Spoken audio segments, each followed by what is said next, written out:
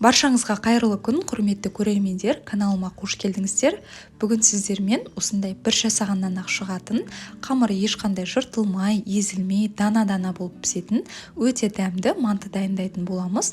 Ендеше видеоны өткізбей соңына дейін көріңіздер. Ең алдымен мантының қамырын елеп аламыз. Ыдысымызға бір жұмыртқаны жарып салып, үстінен бір шай қасық толы тұз және 200 грамм салқын су құямыз. Міндетті түрде салқын су құйыңыздар және тұзы ерігенше жақсылап араластырып аламыз. Одан кейін електен өткізіп дайындап қойған ұнымызды бірден салмай осылай екіге бөліп салатын боламыз және қамырымызды илеуді бастаймыз. Мен бұл жерде 200 грамм суға 550 грамм ұн салдым. Сіздер бірінші 500 грамм салып көріңіздер, өйткені әр ұнның тығыздығы әртүрлі келеді. Бастапқыда қамырдың басы бірікпей, кішкене қаттылау болып көрінуі мүмкін, бірақ қолымызбен күш сала отырып осылай ешқандай түйіршік қалмайтындай етіп жақсылап илеп аламыз. Илеп алған қамырымызды пакетке салып 15 минут уақытқа қоя тұрамыз. 15 минут уақыт өткеннен кейін тағы да пакеттен алып, дәл осылай қолымызбен басып тағы да илеп аламыз. Мантының жақсы шығуы тікелей осы қамырына да байланысты, сондықтан қамырының иін әбден қандырып, жақсылап тындырып алуымыз керек. Қамырды екі бөлшекке бөліп, осылай зуалашалар жасап, пакетке салып, тағы да 15 минут уақытқа демалдырамыз. Оған дейін біз мантымыздың салмасын дайындаймыз. Пиязды дәл осы видеода көріп тұрғандарыңыздай майдалап, ұсақтап турап шығасыздар. Барлық пиязымызды майдалап турап шыққаннан кейін мен мантыға картопты қосатын боламын. Бұл енді әркімнің өз қалауы бойынша, қаламасаңыздар қоспай қойсаңыздар да болады. Картошканы да дәл осылай ұсақтап, кубиктеп турап шығамыз. Ал енді мантыны жеген кезде мантымыз құрғақ болып қалмай, дәмі кіріп, кішкене майлырақ болып тұру үшін құйрық майды да осылай ұсақтап, көбіктеп турап қосатын боламыз. Егер құйрық майды мүлдем ұнатпайтын болсаңыздар, орнына сұйық майды кішкене көптеу қоссаңыздар болады, бірақ құйрық маймен өте дәмдірек шығады. Енді осының үстінен тартылған етімізді саламыз және ұсақтап туралған құйрық майды да қосып, жарты ас қасықтай тұз және дәміне қарай қара бұрыштан да аздап саламыз. Кішкене зира қоссаңыздар да болады. Енді барлығын жақсылап біркелкі болғанша араластырып шығамыз. Осымен мантымыздың салмасы дайын. Әзірше бір шетке ала тұрамыз. Ал енді біздің әбден тынып, иі қанған қамырымызды алып, осылай кішкене ғана ұн сеуіп жіберіп, бірінші жұдырығымыздың көмегімен жақсылап басып аламыз. Осылай басып алсаңыздар, кейін жайған кезде қамырларыңыз дөңгелек болып жайылатын болады.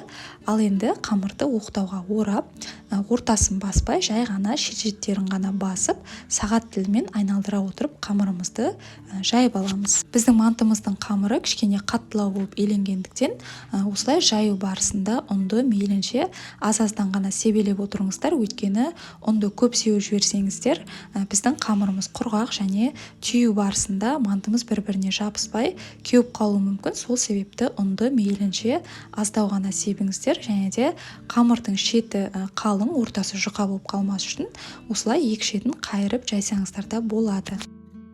Осылайша біз мантымыздың қамырын қатты қалың да немесе тым жұқа да етпей, осылай әдемілеп жайып алдық. Енді аз ғана ұн себелеп, оқтауға орап, дәл видеода көрсеткендей жайып шығатын боласыздар. Қамырды жайып алғаннан кейін осылай 4-5 саусақтың көлемінде етіп қамырымызды 4 бұрыштылап кесіп шығамыз. Енді қамырдың әрбір бөлігін дәл видеода көріп тұрғандарыңыздай бірінің үстіне бірін осылай әдемілеп, тегістеп төсеп шығамыз. Құрметті көрермендер, менің каналымда үнемі шығып отыратын осындай пайдалы әрі дәмді рецептерді жіберіп алмас үшін төмендегі подписация батырмасын және оның жанындағы қоңырауша белгісін басып, каналға тіркеліп алыңыздар. Осылайша біз мантымыздың қамырын 4 бұрышты етіп кесіп аламыз. Осымен қамырымыз дайын болады. Енді мантыны түйместен бұрын салмасына 2-3 ас қасықтай сұйық майымызды құйып жақсылап араластырып аламыз. Біздің мантымыз сочный, дәмді болып шығу үшін міндетті түрде сұйық майдан кішкене қосыңыздар. Ал енді жаңағы 4 бұрыштап кесіп алған қамырларымызды осылай жайып шығамыз және үстінен шамамен 1 ас қасықтан салмасынан салып шығамыз. Дәл видеода көріп тұрғандарыңыздай осылай түйіп шығамыз. Бұл түйу әдісін барлығы білет деген ойдамын. Ең оңай осылай бір-біріне түйістіріп, жабыстырып қойсаңыздар болғаны. Осылайша барлық мантыларымызды түйіп дайындап аламыз. Енді мантыны салатын мантыварканы міндетті түрде осылай сұйық маймен жақсылап майлап шығамыз. Барлық жерін майлап алғаннан кейін түйіп алған мантыларымызды осылай бір-біріне жақындау етіп орналастырып қойып шығамыз. Өйткені аралары қатты ашық болса, мантының қамыры жайылып, формасы кетіп қалуы мүмкін. Сол себепті осылай бір-біріне жақын етіп қойыңыздар. Енді мантымыздың беттерінде сұйық маймен жақсылап майлап аламыз. Осы аралықта біздің суымыз да қайнап дайын тұру керек. Енді жаңағы салып алған мантыларымызды осы судың үстінен қойып, қақпағын жауып, шамамен 40-45 минут уақыттың аралығында пісіріп аламыз. Көріп тұрғандарыңыздай мантыларымыз осылай әдемі болып пісіп шықты. Енді ыдысқа салып дастарханға ұсына берсеңіздер болады. Өздеріңіз де байқап тұрғандарыңыздай өте оңай алынып жатыр. Ешқандай да бір-біріне жабысып қалмаған. Осылай қамыры да жыртылмай, дана-дана болып, әдемі болып пісіп шықты. Міндетті түрде осы рецепт бойынша дайындап көріңіздер. Сіздерге 100% ұнайтынына сенімдімін. Беттерін осылай сары маймен майлап қойсаңыздар да, немесе арнайы подливка дайындап құйсаңыздар да болады. Егер бұл видео рецепт сіздерге пайдалы болған болса, немесе ұнаған болса, каналға подписация батырмасын басып, тіркеліп, лайк басып, комментарий қалдыруды ұмытпаңыздар.